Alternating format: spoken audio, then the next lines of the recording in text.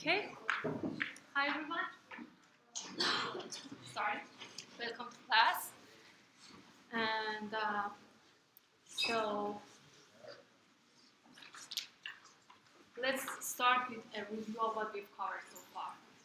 So we talked about relational databases. We started with what data is, what is a database, and we had just a brief overview and introduction to the databases, mainly focusing on the relational databases. And we also reviewed covered basics of data modeling using the entity relationship diagram.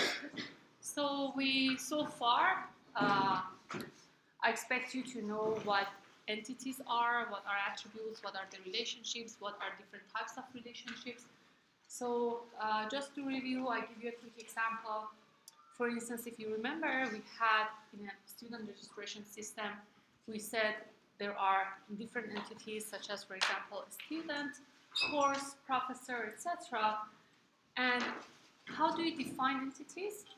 Entities are just simply, could be places, people, anything that you would like to store information about them in your database, right? And they are going to be your tables later. And then each of these entities, for example, a student, can have several features or characteristics describing these entities, such as, for example, a student can be described by its student number, name, email, and so on. And the same is true for other entities. And then we also talked about the relationship between entities. And we said that the way that we actually connect these tables or entities together is through the relationships. So for instance, if we have, let's say, student table or entity right now, so we have this student entity with some attributes which are specifically related to the entity a student, right? So for instance, we have a student ID, which is the primary key. We have a student name, which, what kind of attribute could it be? A student name? A student name is composite attribute because it is composed of, or it has other components, which are first name and last name. So we have a student first name and last name. It could also have a phone number, right, which is a multi-valued. So this could be also a phone number, and so on. So these are attributes which are later going to be the columns of your tables, and we'll see that today. And then we had other entities, like for example a course, which has a unique code, let's say, or ID as a primary key. It could have the name or description of the course. And then we said, okay, these entities can be connected through relationships, which could be different types, like one-to-one, one-to-many, many-to-many. We talked about cardinalities, that is how many instances of one entity is related to how many instances of the other entity.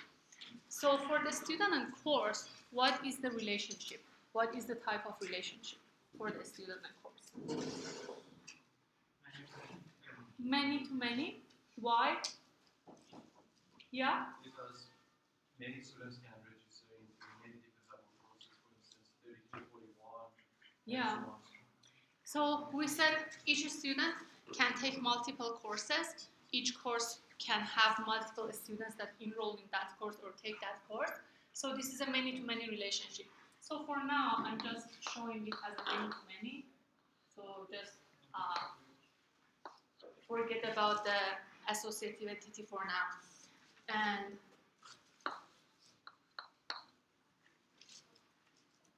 then we said, okay, there is a problem with this type of relationship, and even if you design it this way in the ERDPlus, you can try. If you do it this way in ERDPlus, later when you convert it to relational schema, it creates 3 tables for you, not 2. So it creates one table for the student, one table for the course and also one table for the enrollment, okay? And this is because this is a many-to-many relationship, and we can simply, it violates data integrity, like if you keep it that way, because then, for instance, in the student table, for each student, we may have multiple values of course stored in one cell.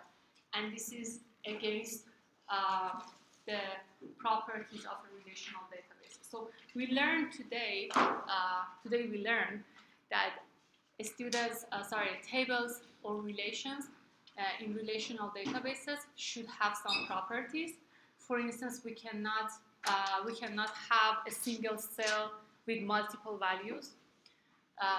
We cannot have duplicated rows, and several other properties that we'll learn today. And we better understand why we need, for example, associative entities here. Why do we need a weak entity for a multi-valued attribute? So this, if you draw this model in your ERDPlus, if you convert it to relational schema, first of all, the phone number is going to be converted to a weak entity. And this is because we cannot have multiple values in a single cell. So this is going to be your table, right? So this will be the student table. And here you have the student ID, which is your primary key.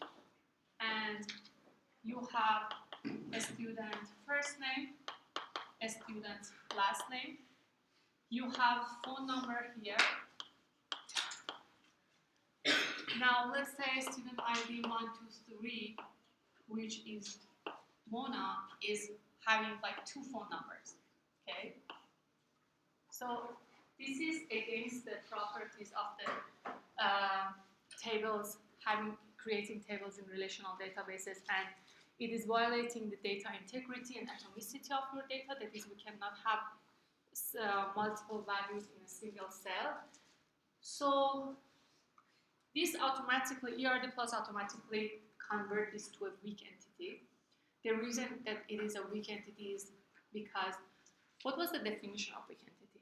We said a weak entity is an entity that cannot exist without its parent entity, that it depends on another entity for its existence, right? For instance, let's say in this case, a student phone number cannot exist if you don't have a student, right? So that has meaning when you have a student. Or for example, if you have it could also be maybe sections of the course. So if sections are A, B, C, D, for example, and then, for example, the database course has section A and B, then A and B themselves cannot have any meaning. That section entity can exist if we have a course, right? So we have a database course with these sections, for instance. And so we learned that this is wrong. So we talked about how we convert many-to-many relationships into two one-to-many relationships with introducing associative entity here, like enrollment. And what else did we say about the associative entity? What are the attributes of the associative entity? Yeah, so each associative entity should have at least two attributes that are primary keys of the two entities that it is connecting to, okay?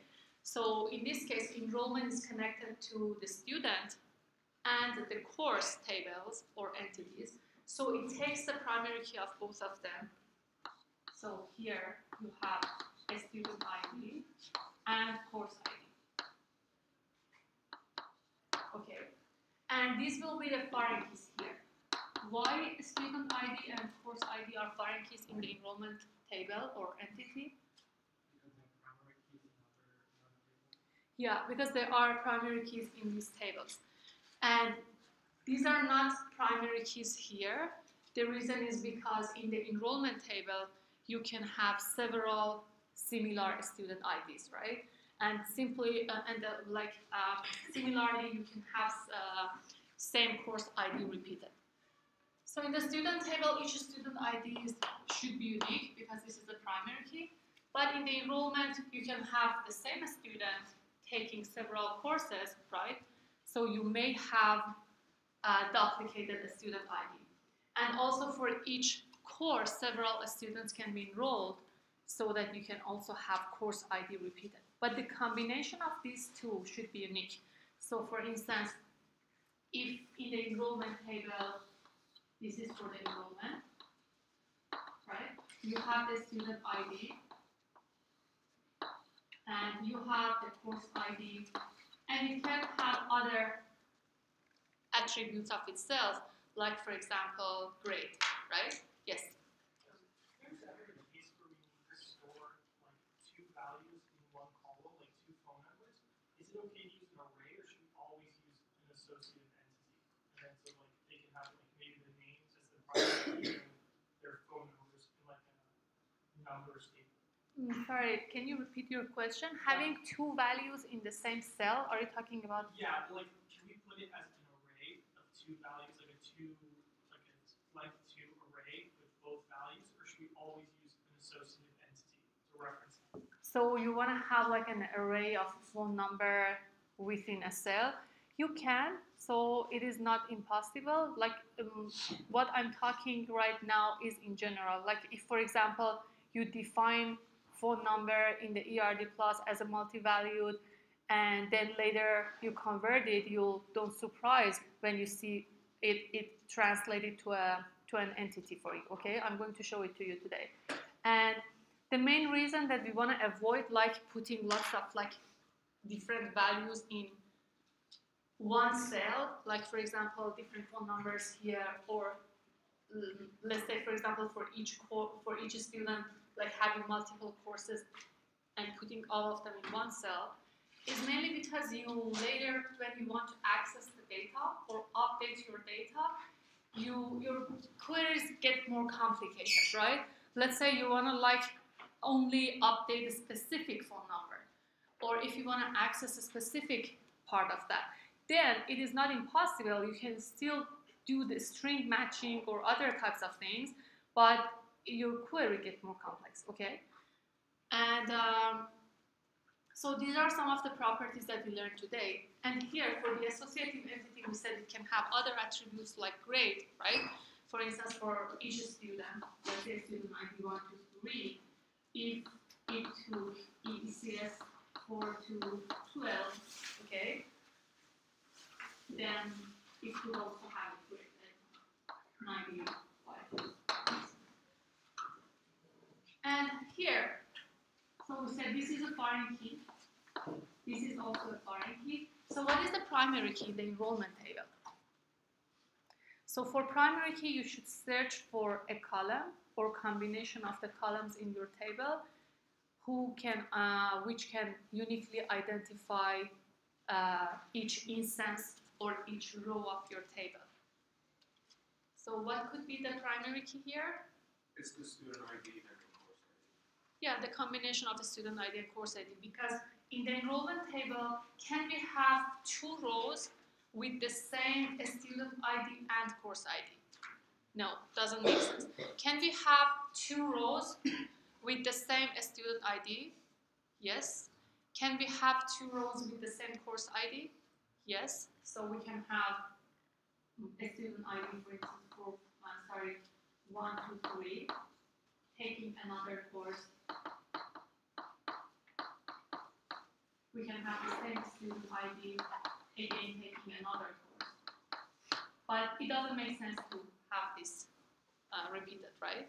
Because each student is taking this one course. If you are repeating this, doesn't make sense. And the same can be for the courses. So another student can take, for example, the same course. Again, another student can take the same course. So as you can see, courses or course ID can be repeated here. We can also have a student ID repeated here, but the combination of these two cannot be repeated. So that's your primary key here. Yeah. Is this a bad practice to create another like column called enrollment ID? Sorry? Is it possible to create another column enrollment ID? Is it like a bad factor? Yeah, we can have like a surrogate key, which I'm going to explain today.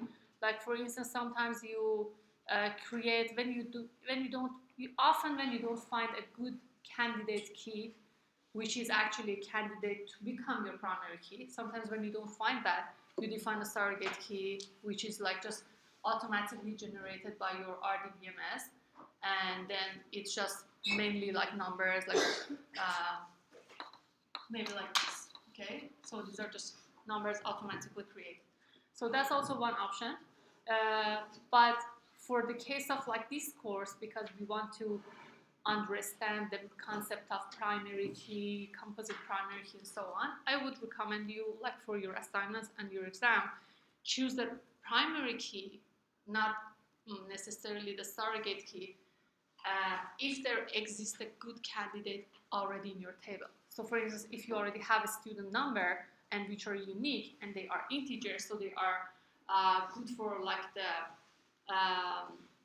handling the queries, for example. So why would I, for example, create another random numbers, right? Or if you have even a combination of columns that work well on the as a primary key, then again, I would suggest you to do that. Yeah? I have a question about like the course ID. Like for example, in enrollment, if you have a course ID that is like EECS and then the number. For example, if you have it defined where EECS is for the faculty and the course ID is for just the ID, do we have to have them like in a course ID, or can we just like do we need to have like a faculty ID and a course ID and have all three be enrollment? Both. Like it really depends on your design. It's like, for instance, if you want to keep like full name as a full name in your database, that's correct. And you can split it into first name, last name, define it as a composite attribute, and then have it first name, last name. It depends on later if you want to, for example, sort people with their, for example, I don't know, only last name or access like that, so you split it into 2 columns or not. In like this is just for an example. Yeah, you could have like the departments. ECS refer to the department, right? So it's already a combination of the department and a number. So it could also be 2 different attributes. Yeah. If students, like let's say, are allowed to retake courses, is that when we would need a surrogate key? Because it would be the same student number and course ID twice? Again, it depends on what you store in the enrollment. Like for instance, if you already have the, let's say the date for when the student took that course, so I can add another attribute here for the semester, right? So the same person, you say, may take the same course several times or enroll in the same course several times. In that case, this student 1, 2, 3, enroll in that course again, right? And in this case, this is not unique anymore. And it's fine, we can still have like the, for example, this is fall semester, this is winter semester, and then you may want to add another column, like introducing a surrogate key as your primary key. So it all depends on how you want to design. And always you can adjust your design based on, for example, the issues that you later face. So most of the time you come up with a design and later you go to the implementation. You see, for instance, you could like better design it. For instance, for a simple sample query, you may want to join like 4 tables, and you may come up with another idea. Let's, for example, do this and that, add this and that in my design, so that I don't have to join many tables now. So they all depends. And so, yeah, this is just a summary of what we have covered so far. Now, let's go to the relational data models. So you're already familiar with the concept, because I often create a relational schema for you to better understand what are these entities and their attributes. And so by definition, this is just a logical way to model your database into a 2-dimensional columns and rows, like in terms of tables which have columns and rows. each column, as I mentioned before, just is the attribute that you previously defined in your ER model here. So they will be translated into the columns of your tables. And you will have a table for each entity.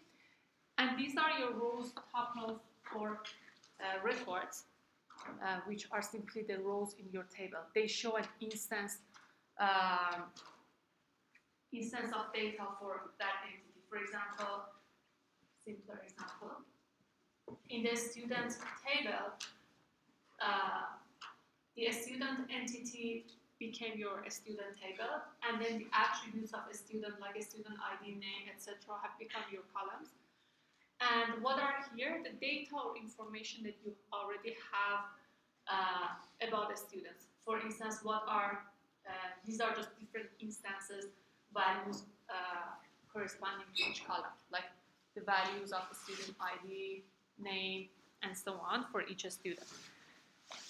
And the RDBMS, like for example, MySQL, Oracle, and like different kind of RDBMS that are just we are using, help you to better manage and store your data.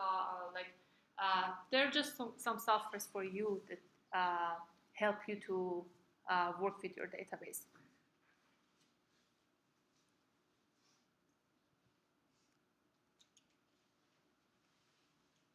So I already mentioned this. Each column, oh, okay, no, I didn't mention this. Each column must have a unique name, and the order of columns is not important. So this is, I think, a common sense. You don't want like two columns with the same name. So if you already have, I don't know, a student name, we don't want to repeat the student name again. And the order doesn't matter. So it doesn't matter if, for instance, you write it this way, or just have a student name first and then a student ID. So it doesn't matter. The same is for the order of the rows. It doesn't matter what order you like insert your data. So if these rows come first or third or like last, doesn't matter. Why? Why it doesn't matter that this row is here or let's say here? So I say it doesn't matter, but why? Because we don't depend on the order, we just query for whatever row we want. Yeah, we are accessing the data to the primary keys mainly, right? And so it doesn't matter. Wherever that we store them, we still can access. And each row must be unique. This is an important property. We don't want to have duplicated rows in relational databases. And this just ensure that you maintain data integrity. For example, 2 rows in a student table. We don't want that, right? Duplicated rows. We don't want this. And this, if you have duplicated rows in your table, can anyone tell me what could be a potential problem with this?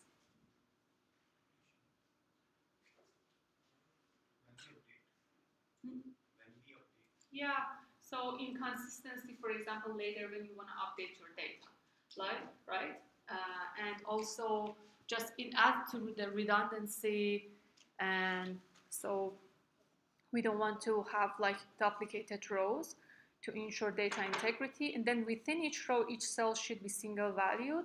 This is what I was mentioning about, for example, phone number. And this property is called atomicity. So that is also another important property, that is each piece of information is not divisible, okay?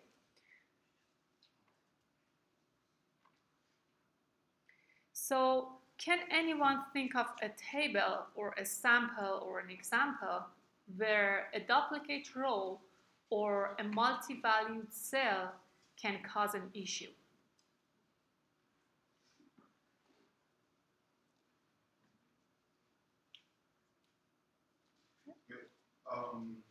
So sometimes, like, within a country, there's like cities with like the same name. So for example, like Ontario can have London, but you can also have London and UK. No, that is London here, because they are related to different countries, right? This one is in the country associated with that city is Canada, but there is London. So there are in different rows. Like, yeah. Let's say we update one. Let's say we do duplicates, and then we update one, and the other one isn't updated. And then we just have one that's like out of date with whatever information we update from the. Can anyone give me an example where we like having like these duplicated rows can cause miscalculation later or giving you like inaccurate information?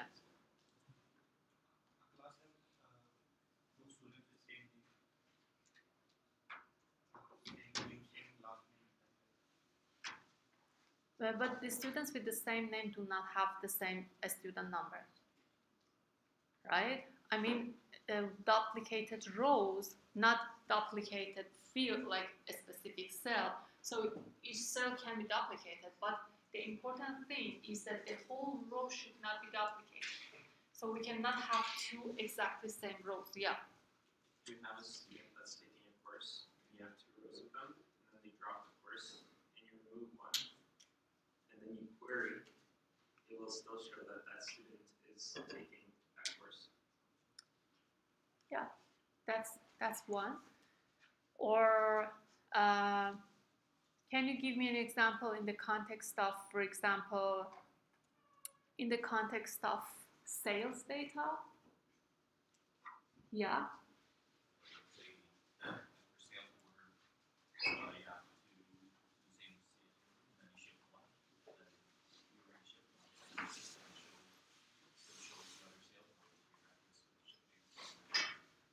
Yeah, or sometimes like with numeric values, you may want to like count like the total, calculate the total, or like the average, and then it gives you an inaccurate sum, right? Sum of the data. And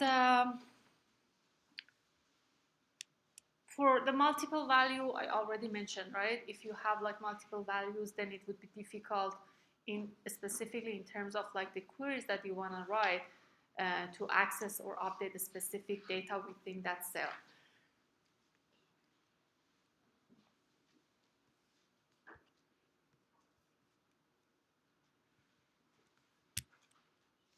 And these are just some synonyms in relational database models. So you may see that people use these things, terms just interchangeably. So they are the same. Relation, relational, table, table. But just please note that each relation is a table, but each table is not a relation. So what do I mean? For a table to count as a relation, it must have the characteristics of the relations in relational databases, the characteristics that we just mentioned. No duplicated rows, same data type across a field, or for instance, not multiple values within a cell.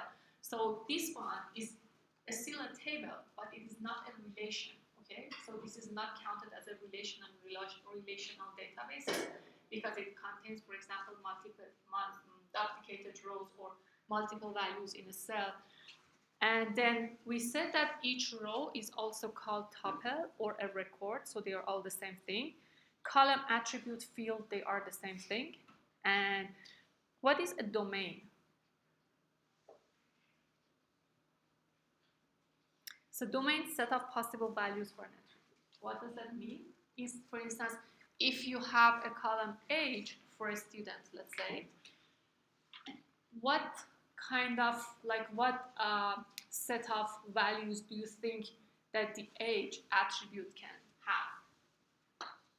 Let's say you also have the age, sorry, here, age for the student. 0 to 100, 0 to 100, 0 to 100.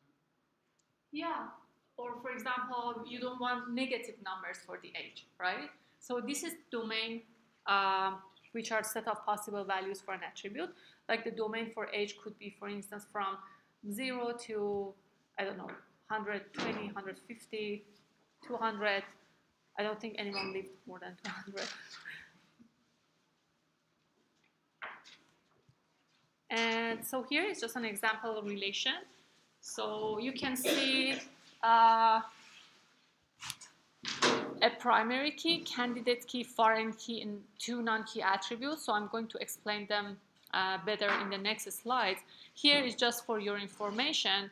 The first column, employee number, is the primary key, right? Because this is uniquely identifying each rows. That means we do not have two rows with the same employee number, okay?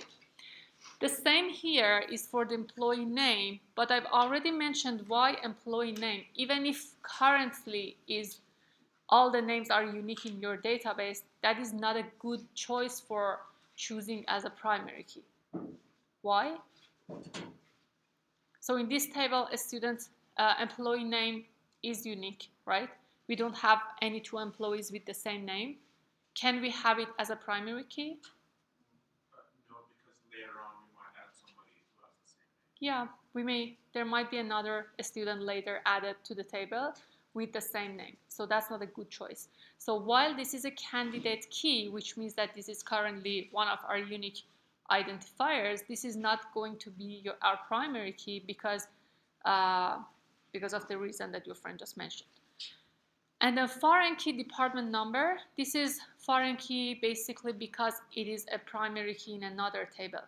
And another definition for foreign key, which is more accurate, is that it is what links your current table to another table, okay? So in this table, whatever that we see are information about the employee, right? So it's the employee name, number, etc. But the department number, which is specifically for the department entities here, so that we are able to connect these two tables together. So that later, if you want to see, for example, which department a specific employee is working in, so that we can do that. Otherwise, let's say we have employee. So we have a table for the employee here. We just employee ID, employee name, phone, etc. So this is just information about the employee. And then we have another table for the department, like department ID, department name, location, etc. So how can we connect these two tables? How can we know which department, for instance, a specific employee is working in, right? Or how do we know what are the employees that are working in the specific department? In order to answer like such queries, we need to connect these two tables. And this is another way you understand where and when you can use relationship between entities or between your tables. So whenever you need a query to like join two tables or access information that are not just in one table, you may need to connect those tables, right? For instance, in this case, we need information from like both of them. And so if we want to connect these two tables, we just want to use like a common field, which in this case is the employee ID. So department number in the employee table is a foreign key because this is a primary key in the department table. And salary and date are just like non-key attribute. They are not primary key, they are not foreign keys, right? They are not any type of key, so they are just non-key attributes.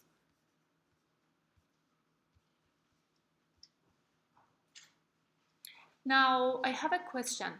Why is it important to have a primary key? So what if we don't define a primary key for a table? Anyone else? So you can imagine a case that there is no primary key. Like for instance, in the student table, imagine you don't have a student number. Yeah? It's hard to like uniquely identify a row. Like if you don't have a primary key, you can go by name and last name, there could be a copy. But if you have like a student ID, then you can always make sure the row you're picking is unique, and you're not picking a row that could be not the one you want. Yeah. So one of the most important thing is that if you don't define a primary key, you will end up with duplicated rows. And we already explained why we don't want duplicated rows, right? And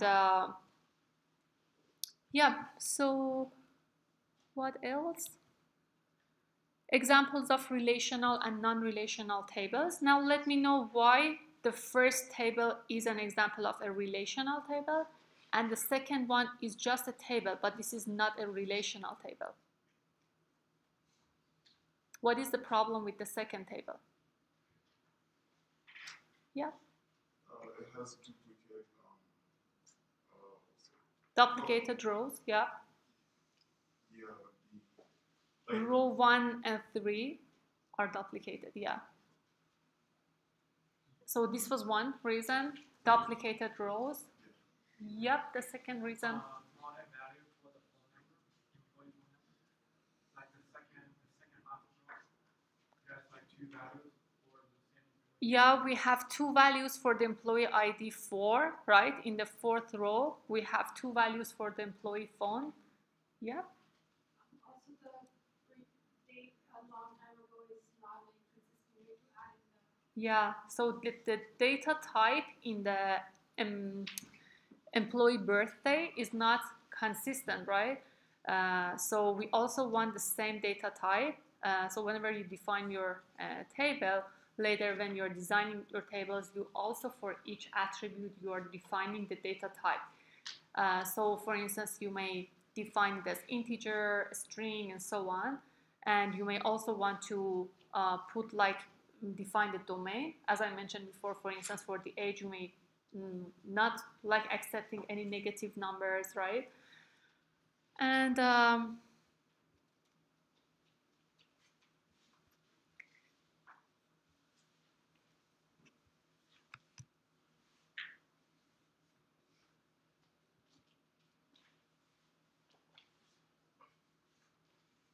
so this is another example.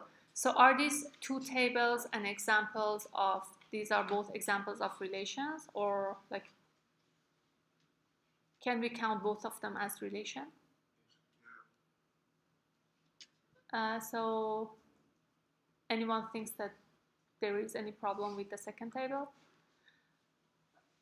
So hands up if you think that the second table has any issue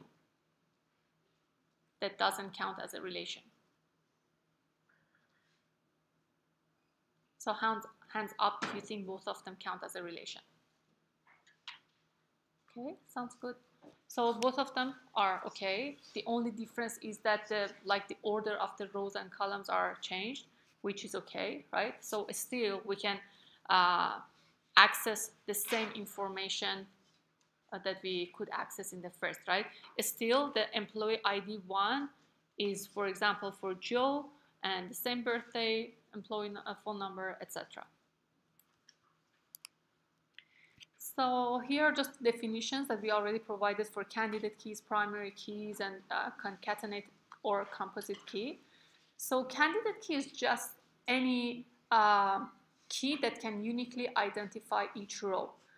But it is not necessarily a primary key. So a primary key, each primary key is a candidate key, candidate key, but each candidate key is not going to be our primary key for the reasons I mentioned, right? So for instance, employee name could be a candidate key if it is unique in your table, but you're going to choose employee number as a key, right? And the primary key is just that candidate key that you chose as your primary key, okay? And each relation or each table must have a primary key. Otherwise, we can't access to the data that we want, okay? And then we can, the concatenated key or composite primary key is when you have more than one column that uniquely identify each rows.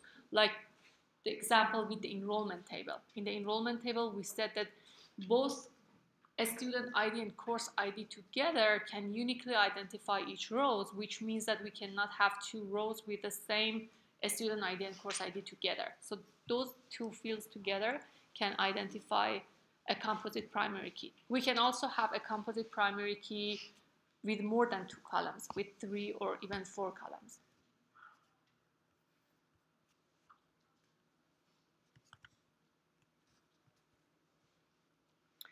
Surrogate key, we also explained this. Sometimes you cannot find a good candidate key in your table, and you just decide to add a surrogate key, which is automatically added by the system, by the software, RDBMS software that you're using, so that you can use it as a primary key for your table.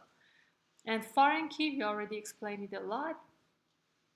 Now, look at this example. So we have the classroom entity with some attributes here. The classroom ID, which is your primary key, is also a composite attribute containing building and room number. So building and room number together can uniquely identify each row. So now if you are using ERDPlus, and I'm going to show it to you today, how you convert these to relational schema, your relational schema will be something like this, okay? So the table that you see here. So the attribute classroom is translated to a table, right? So you have a table for classroom. And then you have number of seats, room number, and building as your attribute. We don't have a classroom ID as a column, right? Is that clear why? We already have the room number and building, so it doesn't make sense to have a classroom ID, right? So whenever you have a composite attribute and you convert it to relational schema, it already just creates the components here. Because like, let's say you have a full name, a student full name, and we say, okay, full name is first name, last name. So I already have first name, last name here. Why do I need another column for a full name? Right? So that will be redundant. And so the primary key here is a composite primary key, building and room number together. And another note, so I'm going to just give you, like, cover a few other notes, and then we just go to ERDPlus to practice together, so you don't get bored. So it creates one table for each entity with key and attributes, so we already see that. So it created an entity, a table for the entity classroom, right? It also creates a column for each of like these attributes. And then whatever you define as a unique identifier for your attributes will be your primary key here, okay? And what else? Okay, introducing foreign key into the many side of the relationship, that is what I'm going to explain now. And introducing intersection table, or that associative entity is going to be your intersection between two entities that have many-to-many relationship. And for a one-to-one relationship, a unique foreign key can be put in either table. So what does that mean? Say we have let's say we have department.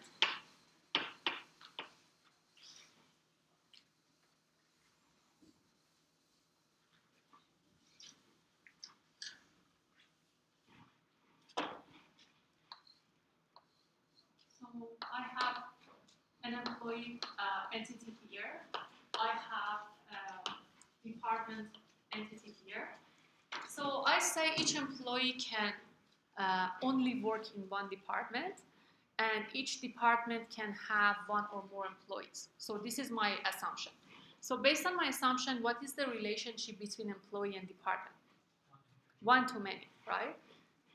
So I said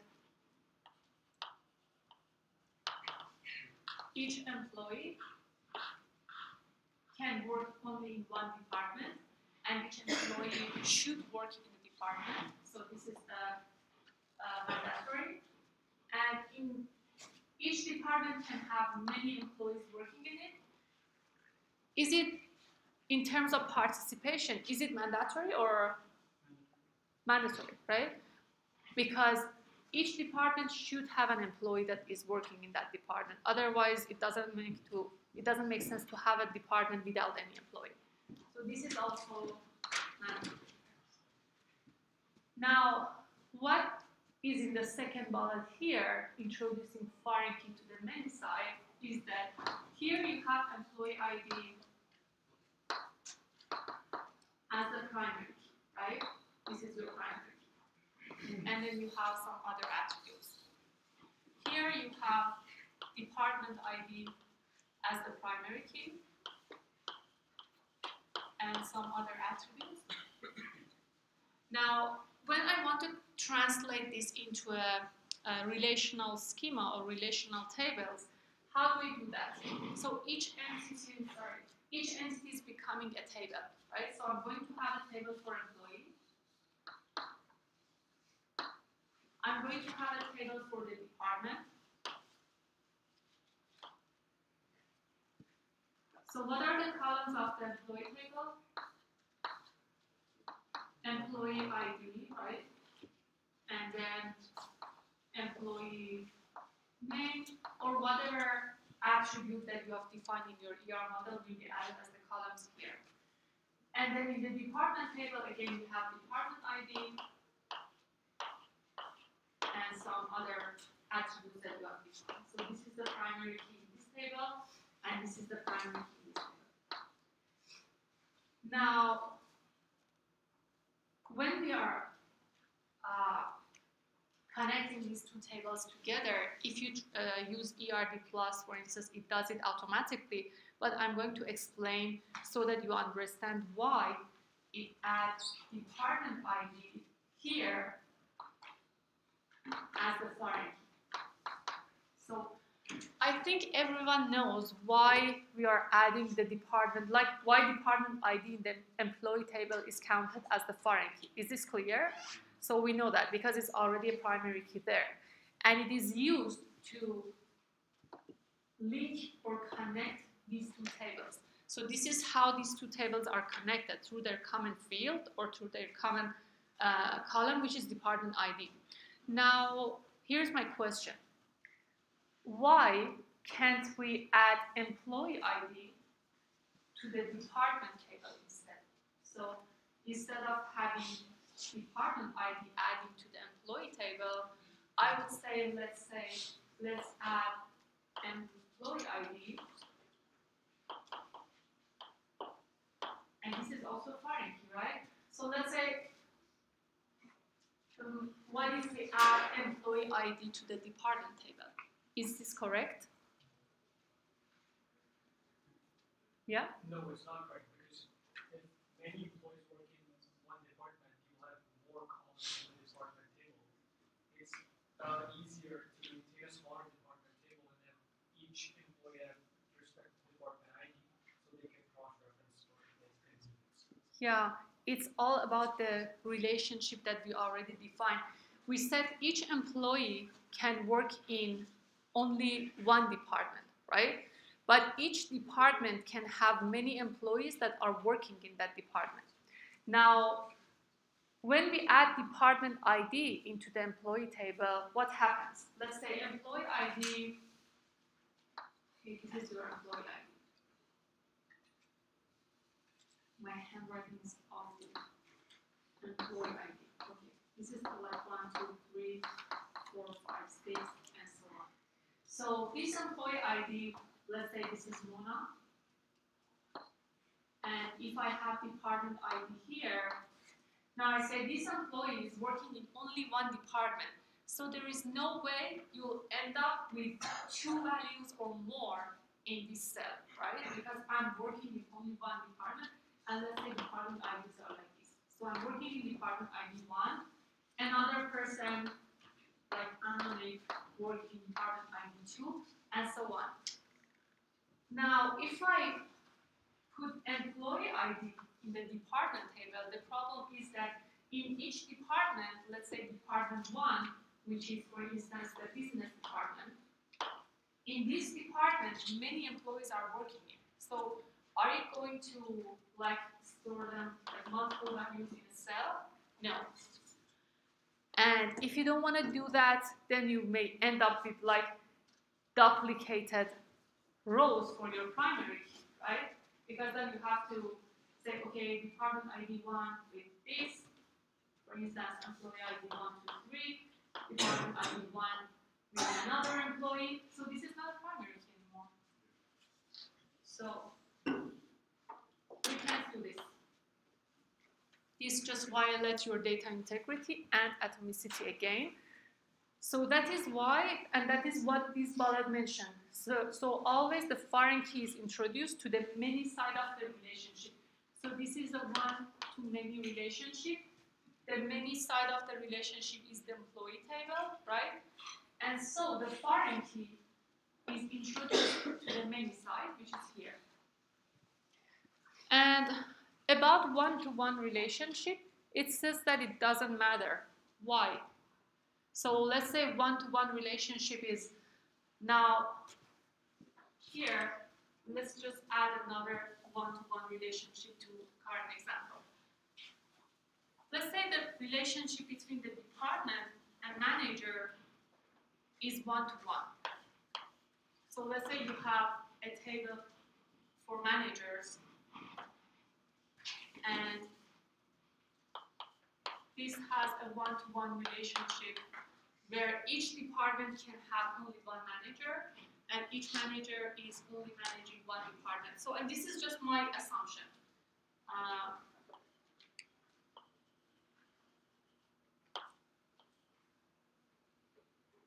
And I assume that each department should have like one manager and only one manager, and each manager should also manage one department. Now, does it matter here if, let's say, we have manager ID as the primary key, and then we have some other attributes, and this is the manager table. So you have manager ID, which is your primary key, and you have manager name, maybe salary, or some other information for the manager, right?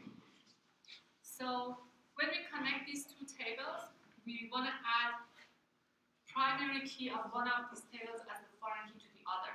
So does it matter if I add the department ID to the manager table or the manager ID to the department table? So for one-to-one doesn't matter, because in each case, each instance of each of like these tables is corresponding to just one instance of another one. That is, each, for instance, if you add the manager ID to the department table, then you have, let's say you have manager ID here. So department ID 1 is managed by only one manager. Okay, so here is the ID of this manager. And then department ID 2 is just managed by one manager. And the opposite way is also true. So if you add the department ID to the manager table, each of like these managers are managing only one department. So you will not end up with any like row that contains two department IDs. Okay. So for one-to-one relationship, it doesn't matter, but for one-to-many, you always add the foreign key to the many side of the relationship. Is this clear? Now, you can look at this example.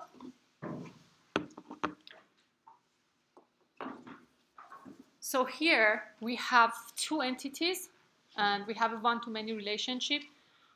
And this is actually the example that we already covered.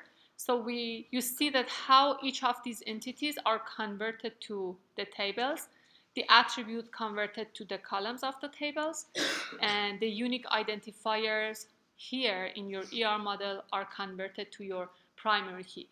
I think now it's also more clear why I mentioned that ER modeling or data modeling is the most important step in your database implementation, right? Because if you do that step right, this is just automatically done. So you don't have to do anything right now. So this step is very important. And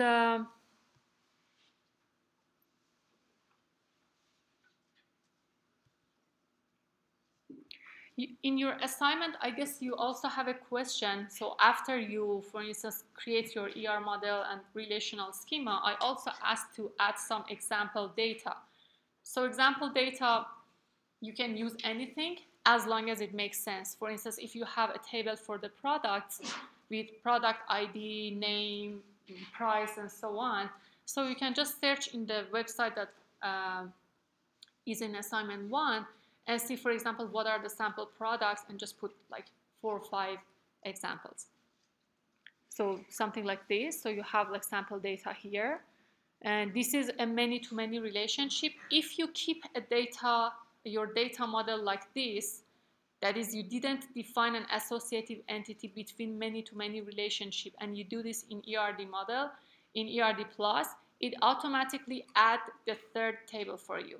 Even though you have only 2 entities here, you see that you end up with 3 tables, okay? But in your exam or your assignment, you will lose mark if you don't do it in your ER model, because I want to see that you already knew that you have to add an associative entity between like many-to-many, whenever there is many-to-many relationships.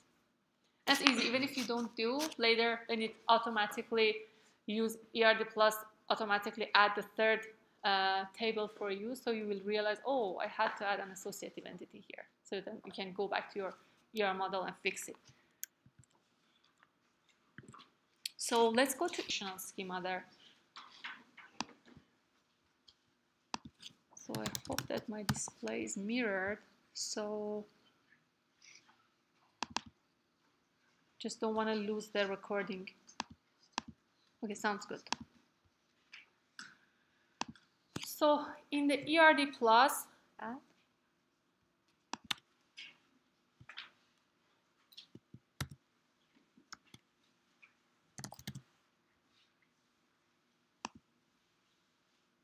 okay, yeah, it's great. So let's work on this one. Now let's say I have an entity like a student, right? So you know how to define the entities and everything here. So I add another entity like for the course. I can add another entity like professor. And then for each of these entities, if you want to add an attribute, you just click on the entity and then you just click on the add attribute. So let me zoom in so you better see what is happening here.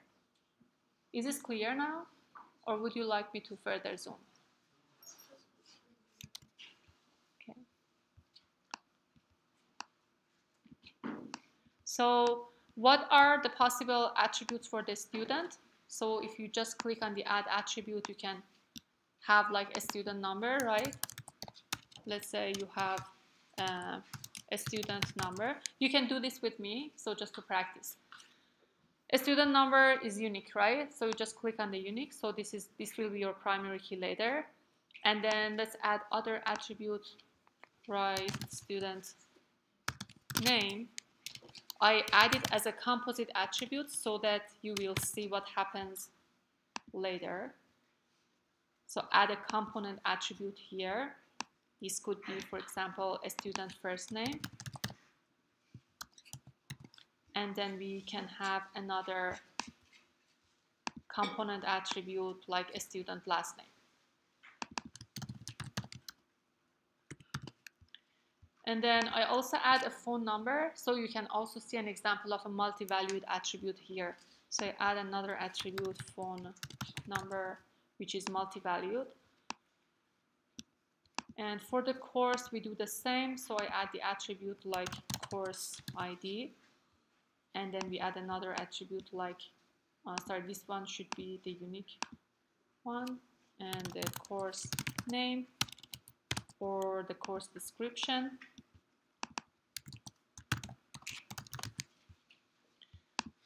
And for professor, the same. You may have like employee ID. Sorry, this is the professor. And then add the attribute. It could have employee ID, which is unique. And then professor has also professor name, which is again composite attribute.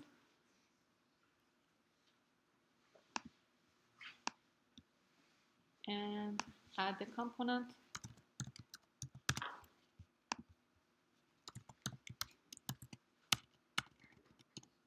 Oh, yeah, sorry. This one was the professor. Oops, again, this one was composite, and then add component attribute. So here, prof, first name, and add another prof, last name. Now that we have more or less defined like a very simple entities and attributes, you have to further expand it, but just this is for an example. So what are the relationships? So for, like you can give me some, like one relationship here for the student. Which entity should I connect it to? Course, for instance. Yeah, a student can have like, so if you want to add a relationship, you just click on the relationship and then you also have to click here. Okay, so if you just click this, it doesn't work. So a student enroll in a course. You saw that before. So when you have a relationship, you also have to define your entities here. Like here, for instance, it is connecting a student to course. So you choose a student and you choose also the course. So these are on the right side of the page. And then you also have to define whether it's a many-to-many or one-to-many or one-to-one relationship. For instance, each student can take multiple courses, right? So this is a many. And should a student take a course? So you may assume that each student may not take a course, okay? Maybe drop, or I don't know, doesn't take any course and then suspend. So it depends on your assumption. Or you can assume that no, each student should take at least one or like several courses, then it's mandatory. So let's assume that this is optional, just for the sake of an example of having an optional here. And then each course should have at least one student enrolled in, because it doesn't make sense to have a course that doesn't have any student. So this is like, mandatory. Yeah. So I have defined a many-to-many relationship, and this is on purpose. I don't add associative entity right now because I want to show you that it already will be added by the ERDPlus. And now for professor, we can just add one relationship for now. Like for instance, we can say each professor is teaching like multiple courses, but each course is taught by only one professor. So I would say another relationship here, like teach, right? And this is adding to the course and professor. And so we said each course can be taught by only one professor and should like have a professor, so this is mandatory. And then professor can like teach many courses, but also can teach no course. So this is, for instance, optional. And if you assume that each professor should teach at least one course, then it's mandatory, okay? Now, let's say we just save this. So this is, let's say, your ER model, and then you want to create relational schema. So you just save this, you go back to your document. I think this one. Yeah, so this is what we created. So here, for the document that you just, the ER diagram that you just created, you see like these three dots. So you just click on this, and you have several options like to copy, export, and so on. Here we are interested in converting to relational schema. Okay, so you just click on this, and then you can create an edit or just create. And here it should also add the relational schema for you, which is this one, I think. Now you can drag and move like this, so better see how they are connected. Okay.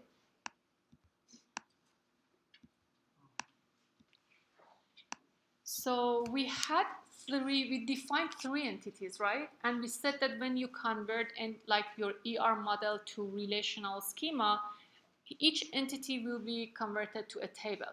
So what entities did we define? We had an entity for a professor, for a student, and for course. So we already have course, a student, and professor. What about the other two entities? Why they are added? One of them, because it's a many-to-many relationship, so the enroll were added because there was a many-to-many relationship between the student and course. And that is what I was telling you. If I don't see the associative entity between like the two entities with many-to-many relationship, you will lose mark because I want to see that you know that, okay? Even though the ERDPlus already does it for you. And that's actually a help for you because when you see, even if you do it like by mistake, like what I purposefully like we did now, so we left the many-to-many relationship without like adding an associative entity, right? Even if I did this, but it added the intersection table for me. But in your exam or your assignment, please add this as an associative entity in your ER model. So this is the fourth entity that is the reason that we have an enroll table because of the many-to-many relationship between a student and course. And we also have a student phone number as an entity. Why? It's Multi-value, right? So we had a multi-value. So even if you leave it like as a multi-valued attribute, when you convert it to relational schema, the ERDPlus automatically convert it to an entity for you. Can you tell me what type of entity is this one? Weak. Who said weak? Yeah, why is it weak? Because it cannot exist without the student. Yeah. So what is a weak entity? A weak entity is an entity that cannot exist without another entity that is like its parent. Like for instance, when you have a student phone number, can we have a table with the student phone numbers if we don't have a student? No. Okay, so it needs another entity for its existence. So that is a weak entity. And so it also automatically added. So you have phone number, student number here. A student number is partially key here because it's derived from the student table. And so here you also have some other settings if you want to like, for instance, because you also have the option to create the relational schema from scratch, okay? So in that case, you may want to like for work here to define your primary keys, or for example, if you have recursive key, or if you want to like add more columns later, you can add here. Yep. Is this clear? Okay. And just a quick note, so we're done for today. I'm just talking about your group projects.